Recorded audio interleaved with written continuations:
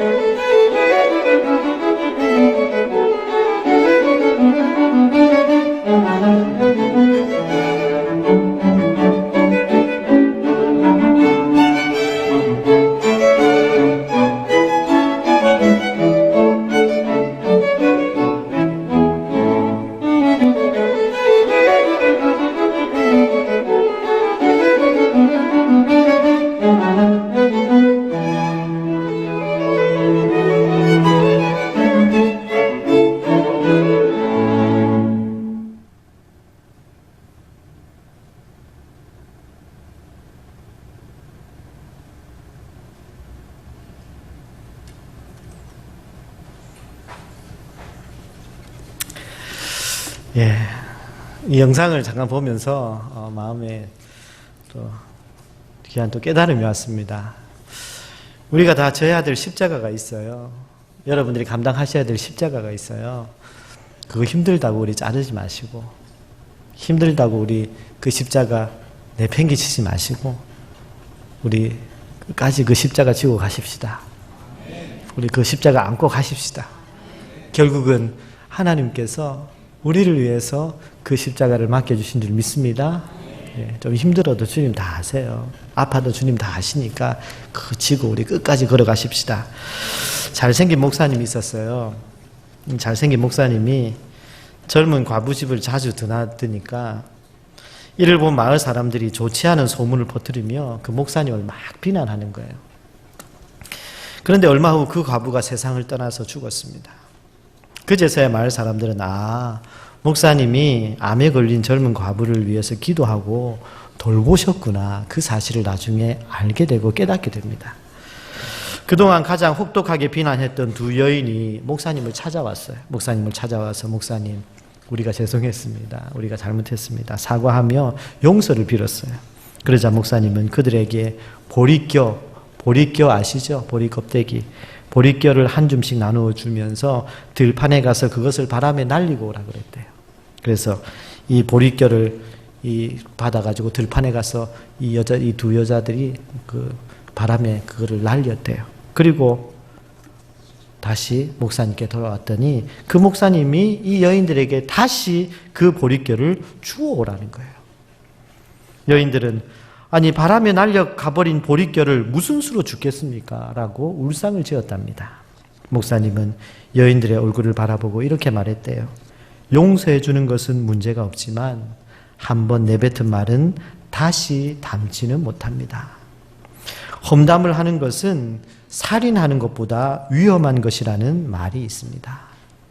살인은 한 사람만 상하게 하지만 험담은 한꺼번에 세 사람을 해치는 결과를 가져옵니다. 첫째는 험담하는 자신이 상하게 되고 죽게 되고, 두 번째는 그 험담을 듣고 그 말을 반대하지 않고 함께 듣고 동조하는 그 사람도 죽게 되고, 그리고 세 번째로는 그 험담의 대상자, 그 험담의 화제가 되는 그 사람도 결국은 죽게 됩니다. 남을 험담하는 것은 결국 자신도 죽고 상대방도 죽고 그도 죽게 하는 결과를 가져올 뿐입니다. 식사를 하고 난 뒤에 적극적으로 밥값을 계산하는 이는 돈이 많아서 그런 것이 아니라 돈보다 관계를 더 중히 생각하기 때문인 것이고, 일할 때 주도적으로 하는 이는 바보스러워서 그러는 게 아니라 책임이라는 것을 알기 때문에 그렇게 하는 것이고, 다툰 후에 먼저 사과하는 이는 자기가 잘못해서 그러는 것이 아니라 당신을 아끼기 때문에 그러는 것입니다. 늘 나를 도와주려고 하는 이는 빚진 게 있어서가 아니라 진정한 친구로 생각하기 때문이며, 늘 카톡이나 안부를 보내주는 이는 한가하고 할 일이 없어서 그러는 게 아니라 마음속에 늘 당신을 두고 있기 때문에 그런 것입니다. 잊지 마십시오. 소중한 만남을 아끼고 서로 사랑하는 것이 진정한 행복이라는 것을. 제가 이 글을 페이스북에서 읽었는데요. 이 글이 너무 감동적이어서 이 글을 여러분들에게 소개했습니다. 진정한 행복, 진정한 행복. 그 진정한 행복을 잃지 않고 놓지 않고 살아가는 우리가 되었으면 좋겠습니다. 여러분, 그리스도인들의 삶의 특징이 뭘까요? 저는 성경 공부를 할 때, 대화를 할 때, 그리고 모임을 할 때 항상 이 얘기를 합니다. 예수 믿는 사람들, 그리스도인의 삶의 특징은 두 가지입니다. 첫 번째는 기쁨이요, 두 번째는 감사입니다. 그리스도인의 삶의 특징은요, 기쁨과 감사입니다. 내가 진짜 그리스도인인지 아닌지는 내 안에 이 기쁨이 있는가? 세상이 줄 수 없는, 세상이 알 수 없는 이 기쁨이 내 안에 있는가? 그리고 내가 항상 감사하는 삶을 살고 있는가? 그것을 돌아보면 내가 진정한 그리스도인인지 아닌지를 알 수 있다는 겁니다. 여러분, 우리 자신을 한번 돌아보십시다. 여러분 마음에 이 기쁨이 있습니까? 정말 이 기쁨이 있습니까? 여러분 마음에 정말 감사가 있습니까? 정말 감사가 넘치십니까? 저는 2016년 한 해를 시작하면서 그리스도인들의 삶의 특징인 이 기쁨과 감사가 저와 여러분들, 우리 인동 성결교회 모든 성도님들에게 가득할 수 있기를 주님의 이름으로 간절히 축원합니다. 사도 바울이 아무것도 할 수 없는 감옥 안에서 자기가 할 수 있는 가장 소중한 것이 무엇인지를 깨달았습니다. 그것은 바로 자기가 세운 교회와 그 교회 성도들을 위해서 하나님께 기도하는 일이었습니다. 그 중에 빌립보 교회는 한두 번이 아니라 자주 그는 빌립보 교회를 생각하며 그들을 위해서 하나님 앞에 기도하는데, 이 사도 바울이 빌립보 교회를 기도할 때마다 그 바울의 마음에 감사와 기쁨이 충만했다, 그렇게 고백하고 있어요.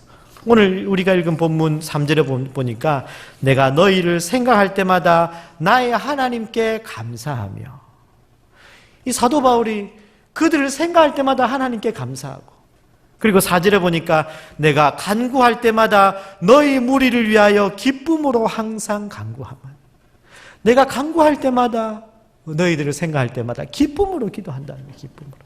그들을 생각할 때마다 기쁨과 감사가 넘친 이유는 빌립보 교회를 사랑하시는 하나님을 바라보았기 때문에 그렇습니다. 하나님을 바라본 거예요. 하나님. 여러분, 하나님을 바라보시길 바랍니다. 하나님을 바라보아야 돼요. 하나님을 바라보아야 기쁨이 있고 감사가 있는 거예요. 여기서 바울이 빌립보 교인들을 향해 감사하고 기뻐한 내용은요, 두 가지로 말씀하고 있습니다. 오늘 읽은 6절 말씀 보시면, 6절 말씀 우리 한번 다 같이 한번 읽어볼까요? 오늘 읽은 본문 6절. 예. 다 같이 읽어볼까요? 시작. 너희 안에서 착한 일을 시작하신 이가 그리스도 예수의 날까지 이루실 줄을 우리는 확신하노라. 사도 바울이 감사하고 기뻐한 내용은 첫 번째, 빌립보 교인들 가운데 착한 일을 시작하신 분이 누구라고요? 하나님이시라는 것을 확신하였기 때문이라는 거예요. 하나님이 시작하셨구나. 바울은 이 사실을 눈으로 목도하고 체험했기 때문에 하나님께 감사하고 기쁜 마음으로 기도할 수 있었던 것입니다.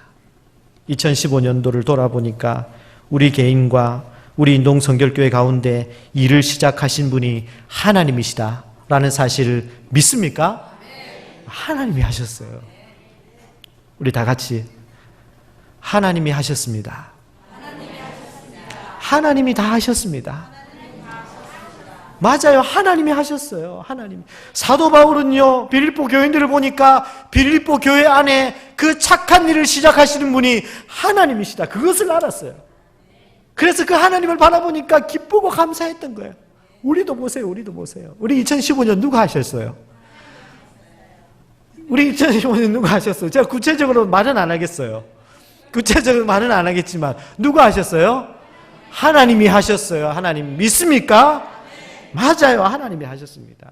그리고 사도 바울이 기뻐하고 감사한 두 번째 내용은요, 빌립보 교인들이 착한 일을 하도록 시작하신 하나님은 시작만 해놓고 흐지부지하지 않으시고 그것이 마침내 이루어질 때까지 끝까지 책임져 주실 것을 확신하셨기 때문에 하나님께 감사하고 기뻐했던 것입니다.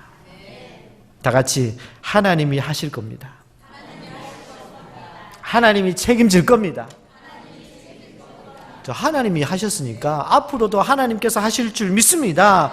그리스도 예수의 날까지 이루실 줄을 확신하노라. 확신하노라. 이제 우리 개인도 우리 교회도 하나님이 시작하셨으니 하나님께서 새해 하나님께서 앞으로 책임져 주시고 하나님께서 일하실 줄을 믿으시길 바랍니다. 이것을 분명히 믿으니까 기쁘고 감사했던 거예요. 기쁘고 감사했던 거예요. 그런데 지금 사도 바울이요, 생명 걸고 복음 증거하고 전도했음에도 불구하고 칭찬과 상급이 아니라 지금 죄수로 감옥에 갇혀 있는 거예요. 여러분, 만일 우리가 사도 바울의 입장이라면 우리가 진짜 열심히 봉사하고 열심히 충성하고 남 모르게 열심히 기도하고 열심히 교회를 위해서 하나님의 나라를 위해서 그렇게 수고했는데 우리가 거기에 대해서 칭찬받거나 우리가 인정받기는커녕 우리가 누명을 쓰고 억울한 일을 당하고 내가 그런 일을 당했다고 생각해 보세요. 어떻게 기뻐할 수 있겠어요? 어떻게 감사할 수 있겠어요? 한번 생각해 보세요. 생각해 보세요. 내가 내 평생에 주님을 위해서 이렇게 살았는데 내가 이런 일을 당했어요. 내가 기쁨이 나오겠어요? 감사가 나오겠어요? 그게 되겠습니까? 사도 바울은요, 처음 빌립보 성에 들어갔을 때도요, 우리가 잘 알잖아요. 사도행전에 처음 빌립보 성에 들어갔을 때 거기서 귀신이 들어가서 점치는 아이를 만나잖아요. 그래서 귀신이 들어가서 점치는 아이를 만나서 그 아이에게 있는 귀신을 사도 바울이 예수 이름으로 안에 있는 귀신을 떠나가라 그러니까 예수 이름으로 가라 그러니까 귀신이 딱 나가잖아요. 귀신 때문에 점쳤는데 귀신이 나가니까 점을 못 치는 거죠. 그 아이를 데리고 돈 벌던 주인이 바울과 실라를 고소해가지고 바울과 실라가 감옥에 들어갑니다. 감옥에 그냥 들어가는 게 아니에요. 엄청나게 많이 맞고 두드려 맞고 들어가는 거예요. 여러분 최근에 맞아보신 적 있어요? 최근에 누구한테 맞아보신 적 있어요? 맞으면 안 좋아요. 맞으면 아파요. 그런데 그 옛날에 그 감옥에 그 사람 그 간수들한테 매를 맞는다는 것은 이거는 보통 일이 아니에요. 그렇게 매 맞고 감옥 깊숙이 들어간 거예요. 그 감옥 깊숙이 사도 바울이 뭐 하다가 복음 전하다가 뭐 하다가 귀신 들어가 있는 그 아이를 살려주다가 들어간 거예요. 그때 감옥에서 바울이 뭐 했어요? 하나님 어떻게 이럴 수가 있습니까? 내가 하나님에서 어떻게 이랬는데요? 그랬습니까? 바울과 실라가 그 안에서 뭐 했어요? 찬송하고 기도했어요. 찬송하고 기도했어요. 어떻게 그럴 수 있어요? 찬송하고 기도했더니 어떤 일이 일어납니까? 땅이 흔들리고 옥문이 열려지고 간수가 두려워서 벌벌 떨 때 우리가 어떻게 구원을 얻겠습니까? 주 예수를 믿어라. 그리하면 너와 내 집이 구원을 얻으리라. 그때 사도행전 16장 31절 말씀이 그때 나온 말씀이고 거기로부터 빌립보 교회가 세워진 거 아닙니까? 그 빌립보 교회다가 지금 편지하는 거예요. 그 교회다가. 그 그 교회 편지하는데 그 교회 편지하는 지금 사도 바울이 지금 또 감옥에 있어요. 복음 증거하다가 주님을 위해서 살다가 잘못해서가 아니에요.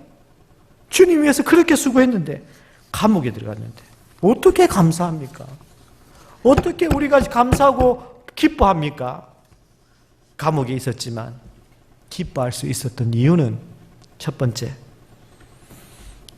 감옥에 바울 혼자서, 내가 혼자서 감옥에서 고난당하고 있는 것이 아니라 평강의 하나님이 감옥 안에서도 나와 함께 하심을 분명히 믿었기 때문에 기뻐할 수 있었어요. 여러분, 하나님이 함께 계심을 믿습니까? 하나님이 여러분들과 함께 계십니다. 여러분들이 어디에 있든지 거기에 하나님이 여러분들과 함께 계십니다. 여러분들이 억울한 일을 당하고 여러분들이 누명을 당하고 여러분들이 아무에게 말 못할 가슴 답답한 일을 당해도 거기에 누가? 하나님이 여러분과 함께 있어요. 하나님이 여러분과 함께 있으면 되는 거예요. 저도 함께 있으면 더 좋겠지만 저도 인간인지라 같이 못 있을 수 있잖아요. 그런데 하나님이 계시면 되는 거예요. 하나님이 옆에 계시니까 바울은 아무렇지도 않았어요. 바울은 기뻤어요. 감사했어요. 하나님이 계시다는 믿음, 이게 하나님이 기뻐하시는 믿음 아닙니까? 히브리서 11장 6절,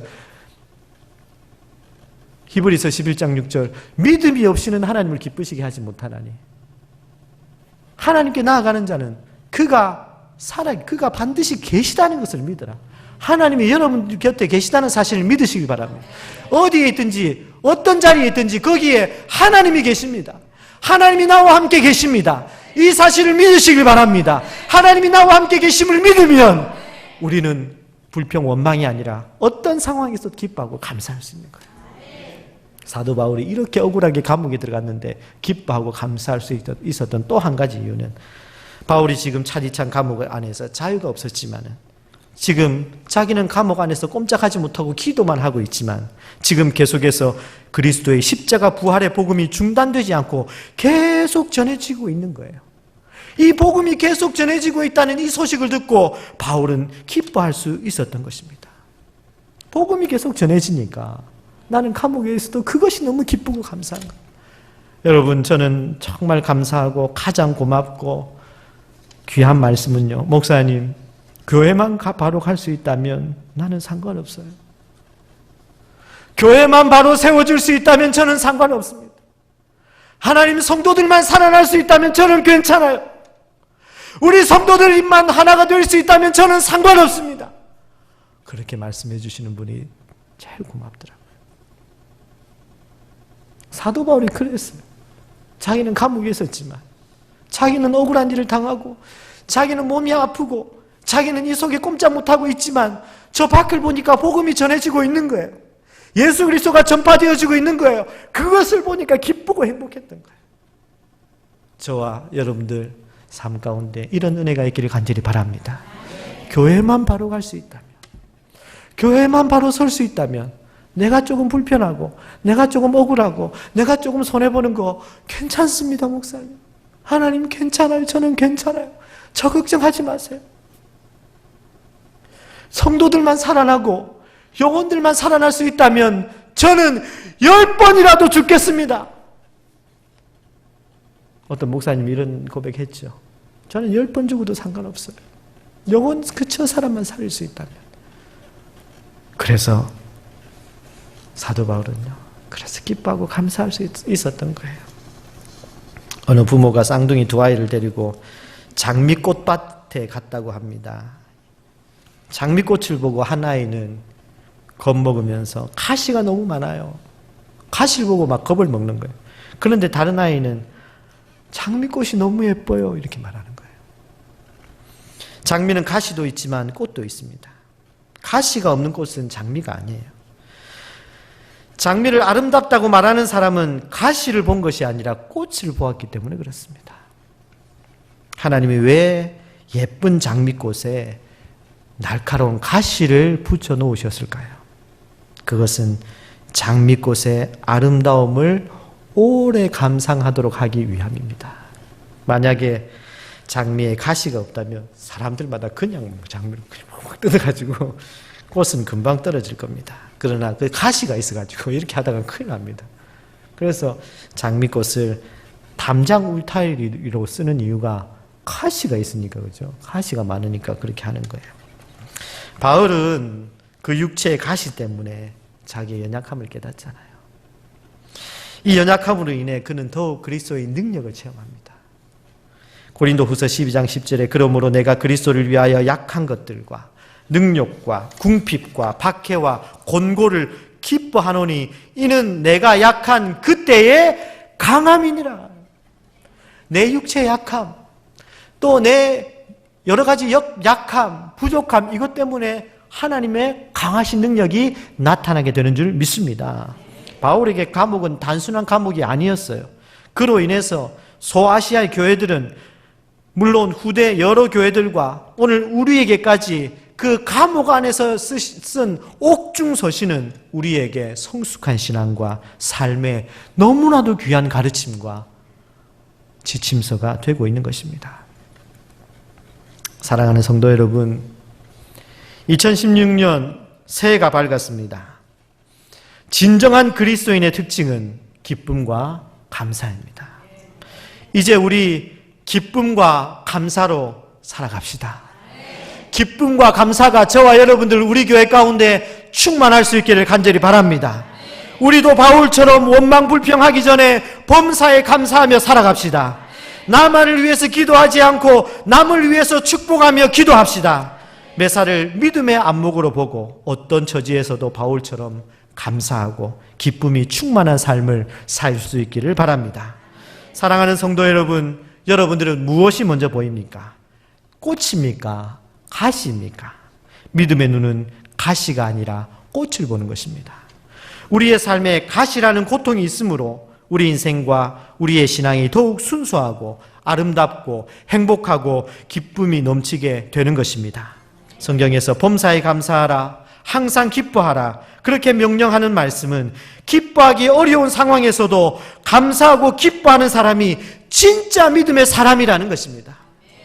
이제 2016년부터 우리 인동성결교회 성도님들은 언제나 어디서나 무슨 일을 만나든지 항상 기뻐하고 범사에 감사하는 행복한 성도님들이 다 되시기를 주님의 이름으로 간절히 축원합니다.